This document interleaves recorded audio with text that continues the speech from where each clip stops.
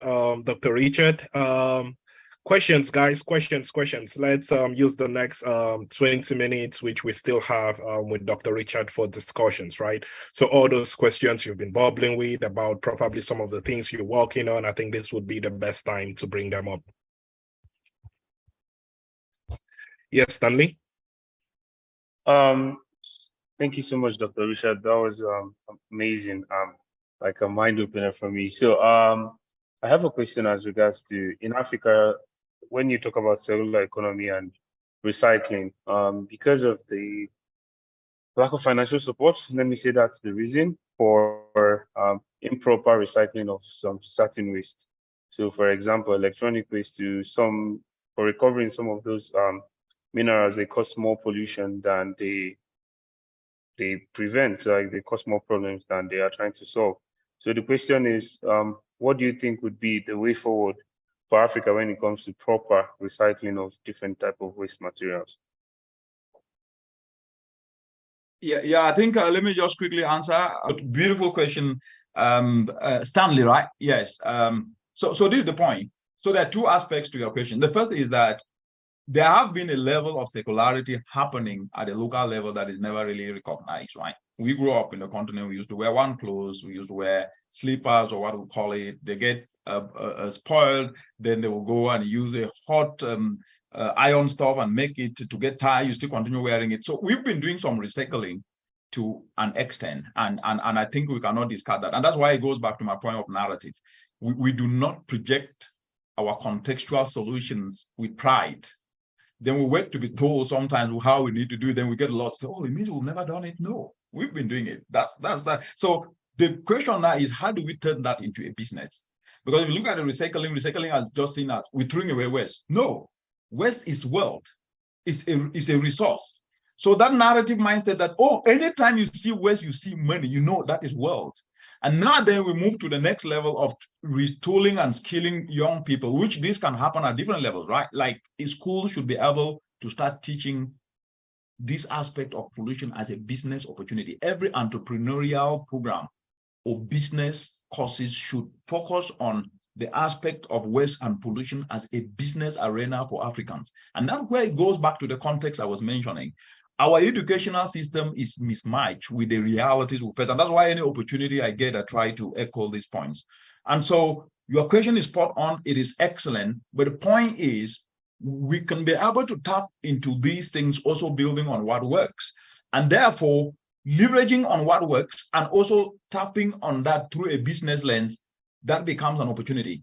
Then when it comes to now money, like I said, one of the easiest ways to raise money is to struggle upfront to showcase that you can do it even with that money. An investor will not really invest on anyone who has not taken risk. If you have tried and failed, I am more comfortable that you can be able to better manage my $500 than somebody who has never done it and want the money upfront. You eat and disappear. So it's just a logic that sometimes out there. And that's why I tell every business student or entrepreneurship student, make as much effort to fail as you learn in the process. That's the best experience you can have. Some of us speak and do this today. We failed so many times just because we don't share those the aspect where we fail most of it. Though I wrote a book, you can check my book, it's free online. Making Africa Work Through Innovative Volunteers, and you'll see where I failed all throughout, and it got to give me experience. So thank you very much. And I think the last aspect is about, okay, the scramble for African minerals that will result to pollution. That is why sustainable value chains and African coming together to better manage their extraction, to add value, to make money out of it without resulting to wastage is now a very key aspect that I think the policies in the continent and the narrative and the debate among young people need to really center around these aspects. Back to you, Nji. Any other questions? Stanley, let's go with Fode first, then we come to you. It's not a question, really. I just want to make a quick contribution. Thank you very much, Dr. Richard. Sharing this space with you, you've been to the light, you've seen what has been there, and you here sharing with youthful and useful youth. I think that's quite an an incredible experience, and like Lincoln mentioned, we'll definitely look forward to having you get in touch with you regarding whatsoever questions or experience we think you might want to share with us along the course of this Simulation Pro program. So I just want to say thank you very much for have taken the time to be in our midst there and as well sharing your experience with us. Really do appreciate that so much. Thank you very much. That's so kind of you. I'm touched. And please do not hesitate. I mean, I'm available. I always try to create time for you guys because, as I said, I mean, the youth of Africa are the Africa of now, not the one of tomorrow. Stanley? So the question I have is around, so my company, what we do is we recycle e-waste. So as regards to recycling e-waste, we found out that majority of the e-waste in Africa don't have this proper cycle of recycling, like the secular movement of this e-waste from the users to the landfill. So the question I have is, do you think there are policies that could better help African citizens? Like, are there existing policies, or do you think the existing policies that could be implemented to help waste from getting from our hands to the landfills and getting into the recyclers on time? Because the problem is sometimes we try to recycle, for example, use DC fans, recycle DC fans to build our solar powered system. We convert electronic waste to solar products. So some of these components, we try to use them, we find out that it's already damaged beyond use because of the way it has been handled. So do you think they're already existing, or do you think, or I'm just like saying, I think there should be already existing policies that should help in recycling e-waste, or kind of incentives for individuals when they recycle their waste. They should get this in place, because I think Africa is actually the graveyard of gorgeous and beautiful policies. But is there already existing, or do you think it should be existing? Because for me, I think it should, from my years of experience of using e-waste to build products as well. So, thank you very much. There are policies and there are even conventions. There is the Bamako Convention where countries sign up to be able to ensure that at least they were going to minimize and ensure that US was actually controlled within their borders and even within their countries. So in terms of policies, they do exist. So as I said, the gap is implementation. And that is actually one of the I's that I mentioned, because I mentioned innovations, ideas they do exist. Incentives, institutions, and implementation are where we have the gaps. That said, one of the aspects to implement policy is not just to talk about it, is to showcase. And so the first part is incentives from a physical policy perspective, which is very simple. And this is what I've been advocating, that governments should be able to inspire young people to venture into recycling, either it is plastics or it's e-waste or it's agricultural waste, and they should provide tax breaks for them. So if you can map at those who are doing this and you provide tax breaks, that you set up an enterprise to be able to address e-waste, you don't pay taxes for the next 5 years. Actually, you get tax rebates, you get appreciated and rewarded for what you do.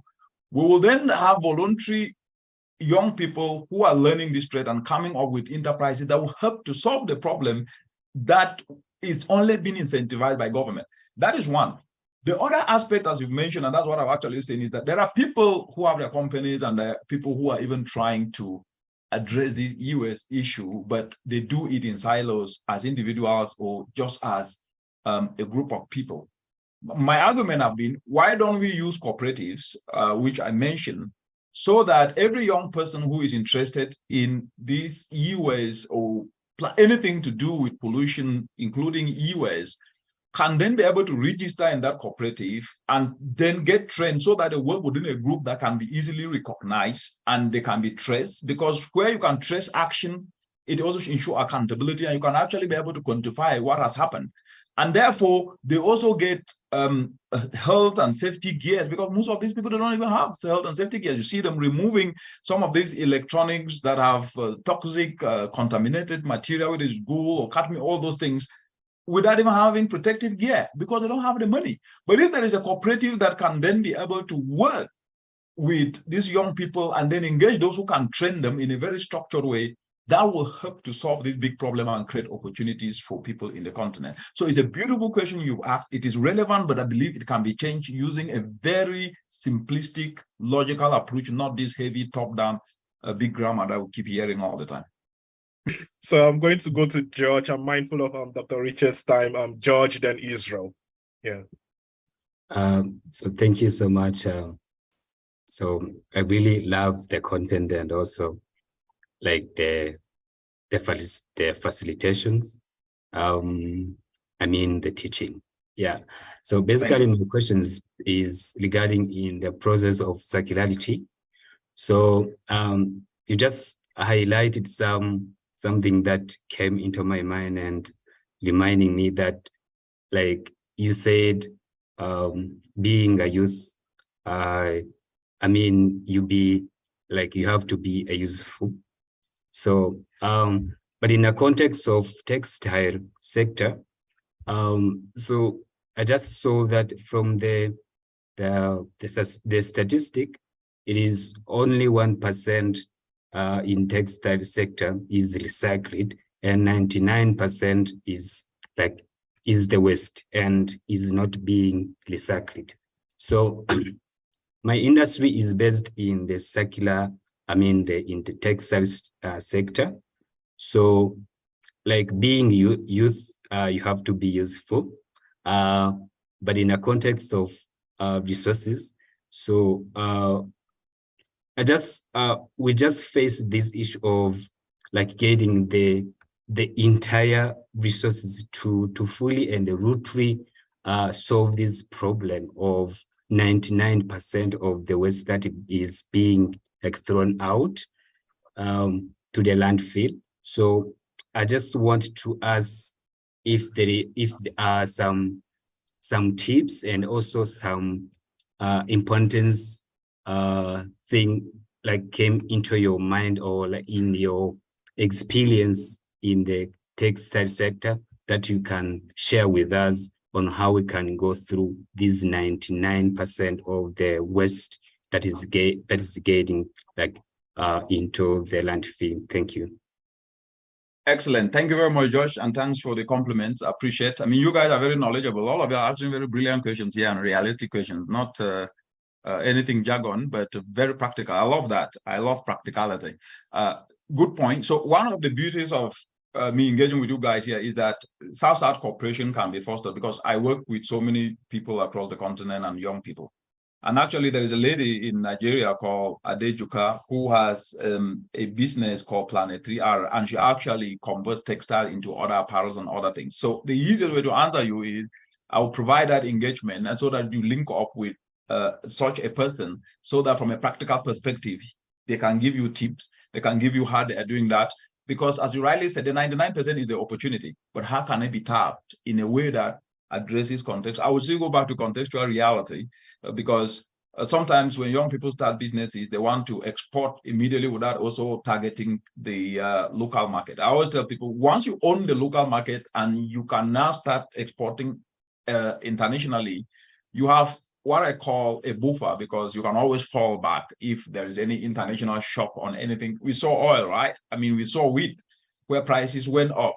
Where did they affect? They affected Africans, where you used to buy one small 2 kilograms of flour. Now, for 100 bob, if it is Kenya shilling today, is 230, or in Cameroon, where I come from, where it used to be 100, 200 francs, is 500, 600. So what I'm just trying to say is, so you gain the knowledge from such people, they're doing it locally, you will then be able to learn. So the answer is I'll connect you with that, and then those lessons will then be able to be tapped. But one aspect that I've noticed is the conversion of the 99% into what is acceptable in local communities is also an opportunity for you to brand yourself.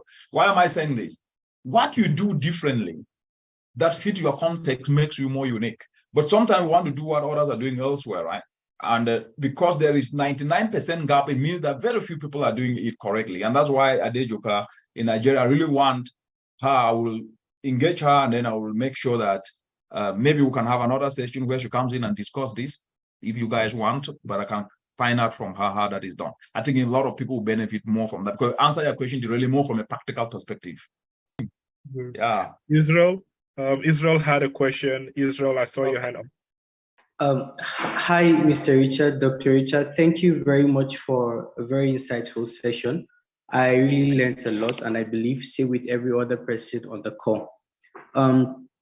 So for me particularly, my question would be around how much work we need to be able to get to the point where we say we've achieved a lot in terms of circularity. So I get that there are a lot of us doing so many things around the area of circularity, but sometimes we just have people, for instance, telling us that, okay, you're just one person trying to do this thing that needs to be done on a very grand scale and on a big scale, right? So my question is, to what point do we need to go to say that we've been able to achieve circularity, particularly in the African context? Secondly, my second question would be around the role of the government in helping us achieve these things, right? And so far, what efforts have been put in place, just for our knowledge, from governments in different countries in Africa to be able to achieve these things? Thank you very much. Yeah, thank you very much, Israel, and thanks for the compliments. Very loaded question, but very relevant for that matter. So to the first part of your question, so I'll answer it this way. You know this word scale, it's used to demoralize or inspire sometimes. Why? When people talk of scale, it's as we are doing nothing. So I would rather talk of impact to scale, because you can still go to scale and you're not having any impact. I don't know whether you guys have seen massive projects happening, but there's really no one benefiting from, even the community is not benefiting from it. So is that scale? Is that massive? Is that so? What I'm trying to say here, and I put myself in the shoe of a young boy down there in a village, whether it is in Togo, Cameroon, or Rwanda, or Kenya, yeah, or in Zambia, who doesn't even have access to electricity, but who is an apprentice and actually understand a thing or two in maybe turning plastic waste into pavement tiles. And then 5 people in that community moves away from using the blocks they were using and start using pavement tiles to build at a cheaper cost. And then the boy makes money, and those people also save money by using that. Isn't that scale at that level, where they use their own effort to be able to achieve an objective that benefits the community and make the community more socioeconomically viable, because they can put money in the pocket, the boy puts money in the pocket, everybody is happy.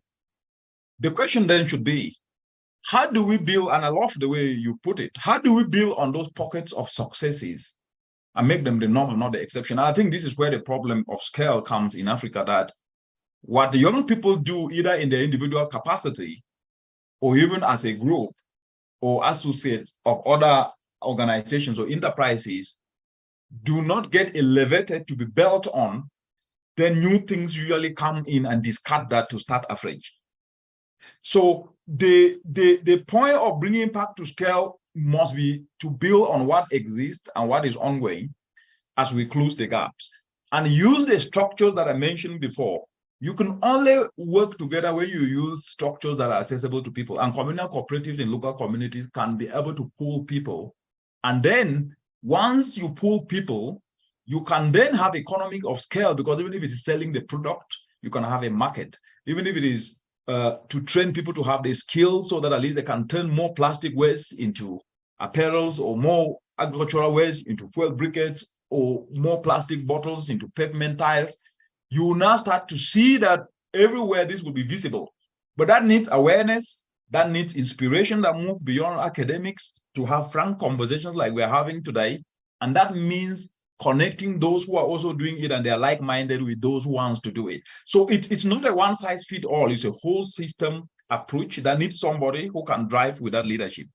The second aspect of the role of government, as I said, governments have done well in policy, but they don't implement. So you see the MPs, the parliamentarians sit in the parliament, they pass the law. They're not the technical people on this, right? They're lawmakers. They're not implementers. So what is missing, and this is really what I'm pushing across the continent for young people, we must start to do what we can do, use the evidence base to push for enabling incentives. For example, in some countries, very beautiful, like Kenya, India 2002 finance bill, they actually waive taxes, VAT, which is 20% on those who are producing clean energy solutions like biogas, like briquette. But how many of you tap into that? Because that was not also popularized. There are some countries, nearly Africa is a leader when it comes to plastic bans, especially plastic ban in Africa. Nearly every country have a law that have banned plastic, but is it implemented? So I would like that we look at how do we start to use the little we do, the data, to make the case, like the biofertilizer mentioned, a youth enterprise made 560% yearly for turning agricultural waste to biofertilizer that is replacing chemicalized fertilizer.